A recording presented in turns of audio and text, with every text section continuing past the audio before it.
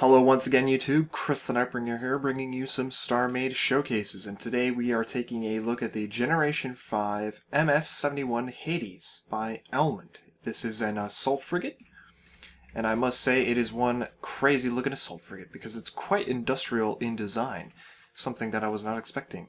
But it's got a fantastic shape, it's got fantastic details, and we will see that as we go around the ship, and it seems to have some pretty good systems on it as well, which is something we'll test when we bring out the Isanth and another copy of the ship. You can see that there's some quite obvious missile pods on the side here, as well as a camera. A very industrial look, as I mentioned, with these scaffoldings and hazard stripes. You'll see that in numerous places around the ship. Also, the entire thing seems to be constructed out of advanced armor. And I will say this is like the one thing that I am completely against in StarMade, is that you should not construct a ship entirely out of advanced hull if you want to, do your aesthetics. And it's just because it's a bit limiting. You've got some great textures with the other armors. If you want a smoother design, you use standard hull. If you want a softer look, you use regular hull, right? And you just kind of lose the opportunity to define that with using only advanced armor. So that is probably the one critique I will have about this. The one thing that I think could be improved upon, which is using a wider variety of the hulls available. And I will say that every single time I see that, just so you know. It's not just this guy, it's a lot of people that seem to do that. So one thing that I didn't notice was the actual shape of the ship, and it's different from what I saw on the dock. The picture is deceiving, and it looks like it's not as wide as it is, and I was pleasantly surprised that it was this wide, because having a straight ship with very little width, yeah, it's good, but that's a nice change from what I was expecting, which is nice. Also, I just mentioned the whole hull thing, and there's definitely some hull back there that is regular hull, so I apologize if that seemed a little harsh. There is indeed some other hull on the ship, although I think it still could be taken a bit further. Things like this shape right here. It's a very sharp, angular shape, very industrial, and I love it. It definitely gives it some character, that type of stuff right there. If we come back here, we can see that there's some blue intakes to their engines, or something similar. You can see that there is purple engines. Now this is something I was not expecting at all. Purple engines on a ship like this. I'm not saying it's wrong, it's just that maybe it doesn't match the rest of the style, but I'm okay with it. It's very interesting. It seems pretty nice, and of course, a lot of this seems to have been done with purpose in mind. There is intent with the build from the builder, so I'm gonna let that slide. I think that's quite nice. Orange contrasts quite nicely with purple as well, so maybe that's why they did it. If you use orange hull with purple lighting, you'll notice that that's quite a crazy contrast. Although, you gotta be careful because sometimes it can turn brown. Additionally, you can see that there's some sort of hazard stripe pipe that comes back. If you follow it, it goes all the way to the engine, which is quite nice. I've got some more of this structure in the back with the scaffolding as well. Overall, very industrial. This seems to be the style that Almond takes with all of his ships. I've got quite a number of them ready for review in the future as well, which is pretty fun. So, if we want, we can jump into the ship now, and I'm going to come over here and showcase the interior, and open this up. And I'm not... Oh. I didn't mean to do that. We're going to close the door with the button. And the reason we're doing that is because there is landing gear. Now the landing gear is unfortunately attached to the doors, which means that if you close the doors, the landing gear will pop out. So here we can see that's where the door is. It's kind of hidden, but that's okay. It's nice. And if we want, we can hit this button up here for the landing gear. You will see that it is now extended. Quite nice landing gear. Apparently this ship was once capable of landing on a planet. Also, stats in the lower left, just so you know. Of course, the builder has mentioned that they have not taken into account the recent changes to mass, and this is also before the rails were out in the game, so it's entirely possible that this may be ready for an update already, which is Pretty good though, because then that's an opportunity to get some of these cooler new things into the ship, such as rail landing gear. Might be a feature that the builder wants to look into, who knows. Nonetheless, that's some pretty cool landing gear. I like the structure to it. It's pretty neat, and I'm digging the fact that it's got its own button up here. Real quick, let's just walk through the... Oh, okay, I'm outside. That might be an issue in terms of getting back in. Let's see if I can do it. Oh, I don't think I will be able to. Oh no! Oh no! Okay, let's try again, right? So there's the door. Yes, okay. So if we come in here, we've got a hallway. We've got some storage on the right and the left, of course. If we go up the stairs, we reach the cockpit. It's a bit tight, the interior. I would like to see some more done with the interior, because right now, these 4 seats are the only places for any of the crew members to go, aside from the core room. So, you know, might be wanting of more stuff to do inside.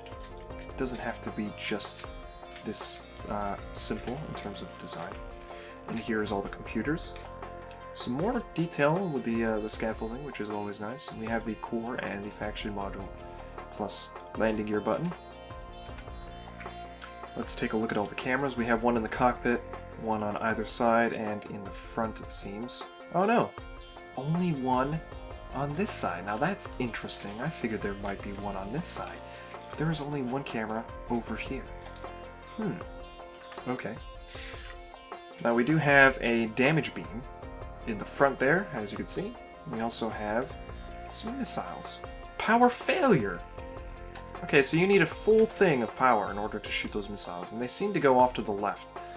Not entirely sure if that's intended. They're all coming back, and they hit my core down here, which has been completely obliterated, it seems. Real quick, let me check and see if there's other missile computers. There are. Okay, so this one is on 2-2. This one's on 6-1. So we want this to be on 3 instead. That way, all of this is on the same page. We also have a radar jammer. Always nice. Whether that will be capable of staying on while the missiles are being shot is another question entirely. So let's spawn in another one of these assault frigates. We'll move over.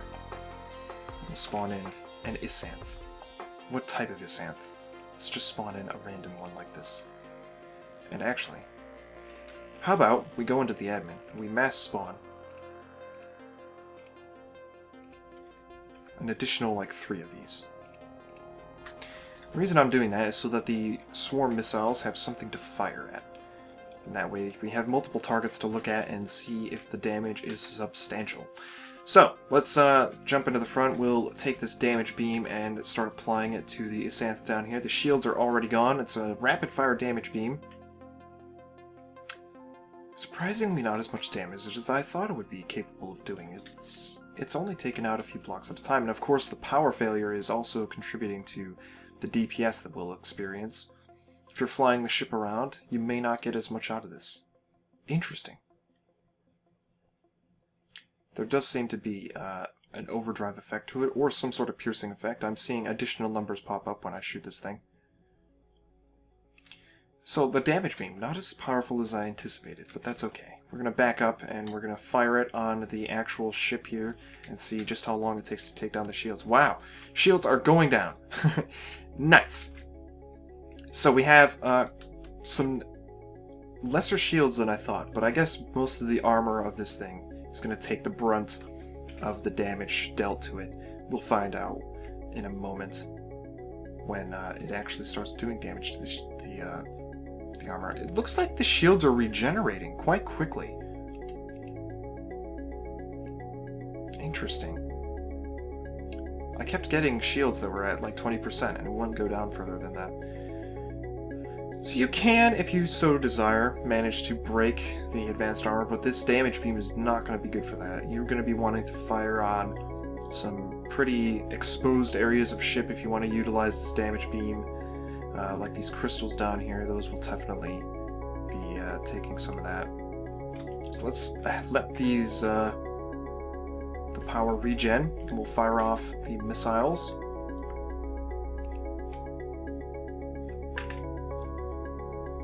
sweeping around, ready to fire on and hit whatever is in the way. Fire the other ones. Just in time for the other ones to have reloaded. Fire a few volleys of that. So I saw something hit down here. Did it actually do any damage? Not that I can see. I am seeing some damage being done to the ship here, as well as this up here. That's a lot less damage than I was expecting. I was expecting this thing to be filled to the max with systems, ready to obliterate everything in its way. I'm surprised that it's not doing that, I'll be honest. And of course, the last thing that we have is jump drive, and this might be why. The jump drive seems pretty decent at the charge rate. I mean, look how fast that's filling up. It's better than average, I'll give it that. It's not the best, but it's better than average. That's a pretty fast jump drive charge. Fantastic stuff. So, that pretty much covers it. That was the Generation 5 MF71 Hades by Almond. It's a fantastic ship, definitely a great design. I highly suggest you check out the download link in the description below if you're interested in getting this ship, and if you do download it, please leave a rating for the builder and review it as well, and all that stuff. Thank you for watching, subscribe if you want to see more, and I will see you all next time.